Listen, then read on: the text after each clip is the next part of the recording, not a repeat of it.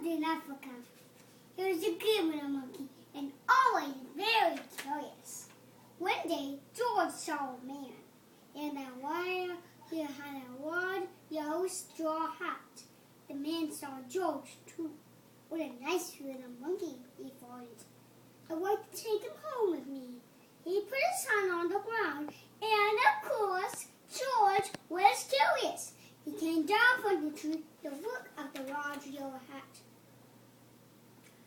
George, the man had the yellow hat being under the man's hat.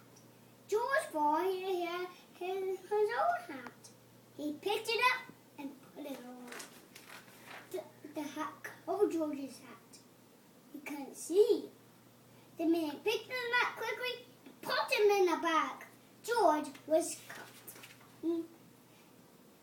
The man with the big yellow hat put George in a little boat, and the sailors wanted them and were across to the wire to the big ship. George was sad, but he was still a little curious. On the big ship, things that happened. The man took off the bag. George sat on a little No, and the man said, George, I'm gonna take you to a big zoo and a big city. You will like it there. Now, you didn't want to play, but don't get into trouble. George promised to be good. But it was easy for little monkeys to get it. On the big ship, on the deck, he found some seagulls. He wondered how they could fly. He was very curious. Finally, he had to try. It was a lot easy. But what happened? First this, and then this. Where is George? The sailors looked and looked.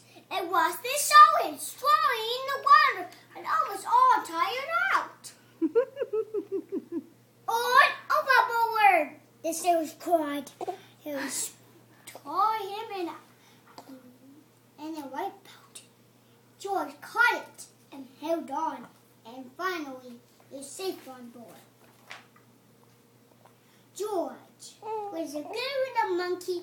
He was good at being a little monkey. He was a good little monkey. Until at last, the long trip was over. As I said, and the man here with a big yellow hat, and he with a big yellow.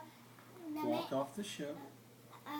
Walked off the ship, onto the shore, and into the cities to the man's house.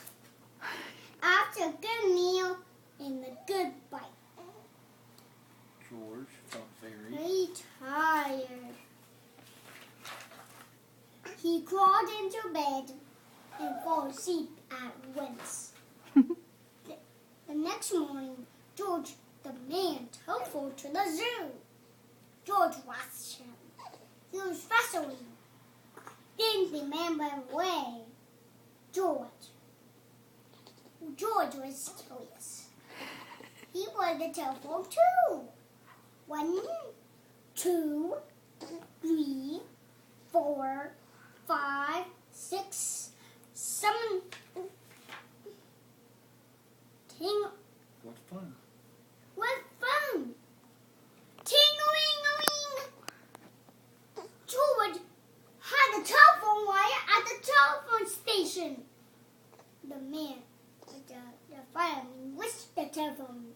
Hello, hello, but there was no answer. They looked for the signal on the big map that shows where the telephone called come from. They didn't know it was George. They thought a real fire.